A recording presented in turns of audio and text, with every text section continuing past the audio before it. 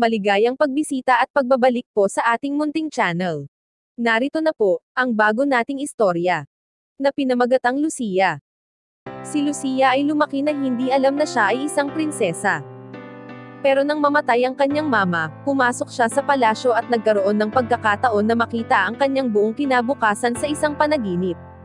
Sa kanyang panaginip, nang umabot siya sa edad 19, siya ay nabili sa auction sa pinakamataas na halaga. Simula noon naging miserable ang kanyang buhay. Nang magising siya sa kanyang panaginip, determinado siyang ayusin ang kanyang kinabukasan.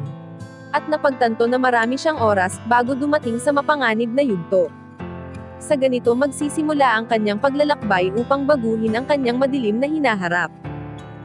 Panimula, isang mainit na tag-araw ng mag-12 taon gulang siya. Ang mundo ni Lucia ay gumuho. Ang lahat ay mahirap. Nang ang mama niya ay mamatay, at siya ay pumasok sa Royal Palace. Nanaginip ba ako, o nananaginip pa ako? Si Lucia ay umupo sa kanyang kama at bumubulong, habang nabitag sa kawalan ng ulirat. Siya ay nagkaroon ng mahabang panaginip. Naramdaman niya na parang bumalik siya sa nakaraan. Sa kanyang panaginip naramdaman niya ang kanyang buhay sa hinaharap. Ito ay hindi matahimik na buhay. Karamihan sa mga araw ay marumi na may pagdurusa at luha. Pero may mga oras ding masaya at maligaya. Siya ay namuhay sa isang maliit na taling pilak ng pag-asa, na nakabitin. Mama, sigaw niya. Wala siyang idea. Ang kanyang mama ay dugong-dughaw. Habang siya ay buhay pa, hindi siya pumayag kahit isang pagsilik tungkol sa lahat. Nang si Lucia ay 25 years old na sa loob ng panaginip. Nasalubong niya ang kapatid ng kanyang mama, at nalaman ang totoo. Ang kanyang magulang na si Amanda ay ang pinaka-batang anak ng Baden-Württemberg. Ang marangal na Baden ay minsan naging maimpluwensya sa mga border territory. Gayunpaman, sila ay karaniwang marangal sa pangalan lamang. Kung titingnan, wala sila kahit kapirasong lupa. Ang testamento ng marangal na Baden ay matagal nang lumipas, pero ang kanilang pangalan ay bahagya, o tuluyan ng nakalimutan ng mga bagong populasyon. At walang nakakaalam kung gaano nila katagal na panatili ang kanilang pagkamaharlika. Si Amanda ay tumakbo palayo ng gabing iyon pagkatapos makuha ang isang pendant, na ipapasa mula sa henerasyon, patungo sa susunod na henerasyon. Sa loob ng isang bakanteng kwarto ng makalumang bahay, sa hangganan ng lupain. Ang uncle ni Lucia ay may mapait na kalagayan, na kailangan nilang mawala at hulihin si Amanda, nang oras na siya ay tumakas. Hindi niya inaasahan na ito na ang huling pagkakataon na makikita niya ito. Siya ay isang hangal na kabataan, nang siya ay tumakas, at isang kahangalan isiping babalik pa siya. Isang buwan ang nakalipas, tinangka nila itong hanapin pero masyado nang huli ang lahat. Ang kanyang uncle ay walang paraan upang mahanap ang kanyang mama. Nagpunta ito sa mataong bayan, at mas lalo pa ito naging imposible. Kahit na hindi natandaan ni Lucia ang lahat kung paano sila namuhay sa mataong bayan sa nakaraan. Gayunpaman, bagamat hindi pa kasal si Amanda, nagsilang siya ng isang anak na babae sa isang tutuong hari. Isa lang ang maaasahan sa katotohanan ng sitwasyon. Nang si Lucia ay ipinanganak, ang katotohanan ay nabunyag sa maharlikang pamilya. Pero pinili ni Amanda ang bagay na hindi ginagawa ng iba. Itinago niya ang kanyang maharlikang lahi, at namuhay bilang ordinaryo kasama si Lucia. Ang mama ni Lucia ay isang aristocrat, isang anak ng maharlikang Baden family. Higit pa roon, si Lucia ay karugtong ng hari sa pamamagitan ng dugo. Hindi alam ni Lucia ang katotohanan, at inubos ang kanyang pagiging bata sa pag-iisip na si Amanda ay isang ordinaryo. Ang kanyang mama ay napakaganda, ang mga tao sa bayan ay palaging mabuti, at palagi siyang naglalaro kasama ang ibang mga bata sa ilog at bundok. Parang kahapon lang ito, pero ito ay napakalayo na ngayon, at wala siyang magawa kundi umiyak. Ang masasaya niyang araw ay nabibilang sa mga nakalipas na araw. Ang lahat ng paghihirap ay dumating sa dulo. Si Amanda ay nagkasakit sa pamamagitan ng epidemya na kumalat sa syudad. Sa alaala ni Lucia, ang kanyang mama ay maliit at payat na babae, kakaiba sa mga malalakas na ordinaryong babae sa syudad. Lumaki ito sa marangya na pamilya at hindi nakaranas ng mahihirap na mga araw. Sa pagpapalaki kay Lucia bilang single mom, ang naging kabayaran ay ang kalusugan at nauwi sa malalang sakit. Ang kanyang mama ay alam na hindi magtatagal at siya ay mamamatay.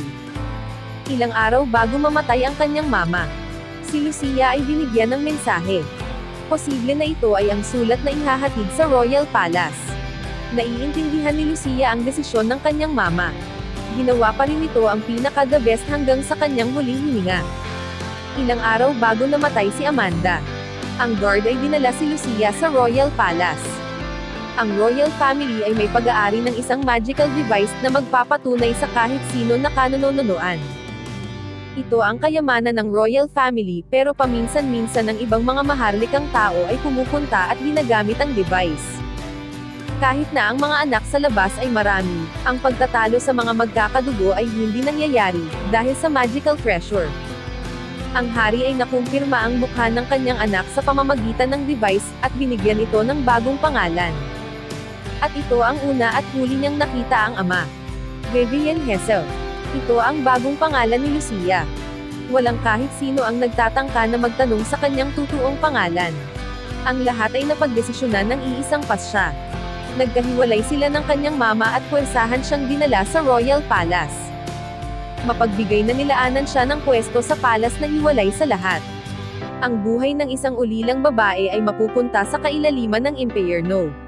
Pagkatapos umiyak ng buong gabi, maaga siyang bumangon kinaumagahan, at napagtanto na ang lahat ay nag-iba, ang kanyang sarili at ang kanyang paligid. Umupo siya na yakap ang kanyang mga tuhod, at inisip ang kanyang hinaharap. Hindi dahil naging prinsesa siya ng isang gabi. Walang kahit ano sa buhay niya ang nagbago para maging maayos. Ang hindi mapigil na hari sa pagkakalat ng kanyang buto sa lahat ng lugar. Ang balita sa bagong prinsipe o sa prinsesa, ay hindi sapat upang maging hot topic mula sa mga haka-haka sa palasyo. Si Lucia ay ang pang-16 na prinsesa. Matagal na niya itong alam, simula nang tumira sa Royal Palace. Nabilang na niya ang kabuuang bilang ng mga bata, na tumanggap ng pagsang-ayon ng mahal na hari. At nalaman na siya ay pang-16 na prinsesa. Ang kanyang background ay itinago, at ipinanganak sa isang one-night stand ng hari. Sa karagdagan siya ay isang maharlikang prinsesa na lumaki sa ordinaryong pamumuhay. Kahit na alam ko ang aking hinaharap, si Lucia ay napahinga ng malalim. Ang gusto niya lang ay kung paano mailalahad ang kanyang hinaharap. Ang kanyang hinaharap ay nagsimula sa borderland at natapos dito, hanggang sa mapait na katapusan. Wala siyang nakuha na makakatulong na bagay sa kanyang panaginip. Wala siyang maisip na dahilan upang makisalamuha sa mga upper aristocrat. So, kahit alam na niya ang kanyang future, ito ay walang saysay. Pagkatapos ni Lucia pumasok sa Royal Palace, ang kanyang buhay ay hindi rin naging espesyal. Nakatira siya sa isang tahimik na lugar na walang inaalala na mamatay sa gutom. Walang kahit isa ang nagpakita ng pag-aalala o interest sa kanya, at walang nagpupunta upang bulihin siya. Ang bawat araw ay kapareho lang ng mga nagdaang araw. Nang umidad si Lucia ng 19, ang buhay niya ay muling nagbago. Ang taon na naging 19 si Lucia. Ang hari na si Hus VIII ay namayapa na. Isang beses lang niya ito nakita, kaya nang marinig niya ang balita, wala siyang naramdaman sa pagkamatay nito. Naniniwala siya na ang pagkamatay nito ay hindi makakaapekto sa kanyang buhay. Gayunpaman ang matagumpay na Haring Hus IX ay kumuha ng bagong budget para sa Royal Palace. Nagdesisyon siya na linisin ang mga kinahinatnan ng nagdaang buhay ng hari. Ang haring si Hus IX ay nagsimula ng proyekto upang ipadala ang kanyang mga half-brother at half-sister palabas ng palasyo. Nang si Lucia ay nag-20 years old, 6 na prinsesa na lang ng hari ang naiwan sa palasyo. Si Lucia ay walang kamag-anak. Inuubos niya ang kanyang buhay sa pagtatago sa loob sa hiwalay na palasyo, na walang relasyon sa labas ng mundo. Walang kahit sino man ang gusto mag-volunteer upang asikasuhin siya sa ilalim ng kanilang pangangalaga. Wala ring makukuha na kahit ano, kung siya ay pakakasalan. Ang hari na si Hus IX ay isinubaste si Lucia, na baliwala, at patay na pabigat lang sa Royal Palace. Si Lucia ay 20 taon gulang na nang siya ay may subasta sa auction, sa isang tao na nag-alok ng mataas na dote. Si Count Maiten, ang bagong asawa, at ito ay mas matanda ng 20 taon sa kanya, at may 2 divorce sa nakaraan. Mayroon itong anak, at ang isa ay kasing edad ni Lucia. Ang 5 taon na kasama ang kanyang asawa, ay ang pinaka nakakatakot na bahagi ng kanyang buhay. Si Lucia ay mas maayos, kaysa sa oras niya sa nakahiwalay na palasyo, pero siya ay halos masiraan ng pag-iisip. Si Count Maiten ay isang matanda, mataba, baldadong masama. Isa sa katuparan niya ang lahat ng kanyang pagnanasa kay Lucia. Ayaw ko, sagot ni Lucia. Ang katawan ni Lucia ay nanginginig. Ayaw na niya muli pang maranasan ito. Ayaw niyang maranasan ang hinaharap. Kahit na siya ay mamatay, ayaw niyang pakasalan ang matanda muli. Kailangan kong baguhin ang aking kapalaran, kahit anuman ang mangyari. Ang hinaharap na nakita niya sa kanyang panaginip ay nagbago. Ang katotohanan, si Lucia ay nagpapakita ng sintomas ng autism sa unang buwan sa Royal Palace. Ang pagkamatay ng kanyang ina ay ang pagkakakilanlan niya sa kanyang ama, at pinaalis sa palasyo ng walang bahagyang pagmamahal. Ang lahat ng ito ay sobra-sobra para sa isang babae na hawakan. Walang nag-aalala kahit isa kay Lucia, na ikinulong ang kanyang sarili sa labas ng mundo.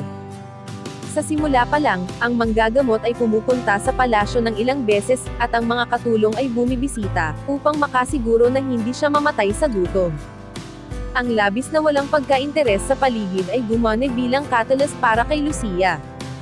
Unti-unti niyang nabawi ang kanyang kalinawan sa kanyang sarili. Pero sa pagkakataon ngayon, ito ay iba. Si Lucia ay hindi naranasan ang kahit anong sintomas ng autism. Isa lang ang kanyang kahilingan. Gusto niya ng kalayaan na mamuhay sa paraan na gusto niya. Magagawa ko ito, mababago ko ito. Hindi niya alam kung paano ito gagawin. Bilang 12 taong gulang na prinsesa na walang connection. Wala siyang magagawa. Pero hindi siya nawawalan ng pag-asa. Marami pa akong oras. Gayunpaman ang oras ay patuloy na lumilipas. Bago pa niya malaman ito, si Lucia ay 18 years old na. Hanggang dito na lang po muna. Maraming salamat po sa pakikinig. Pwede po bang humingi ng subscribe bilang pagsuporta sa ating munting channel? Hanggang sa susunod po muli. Stay safe and God bless.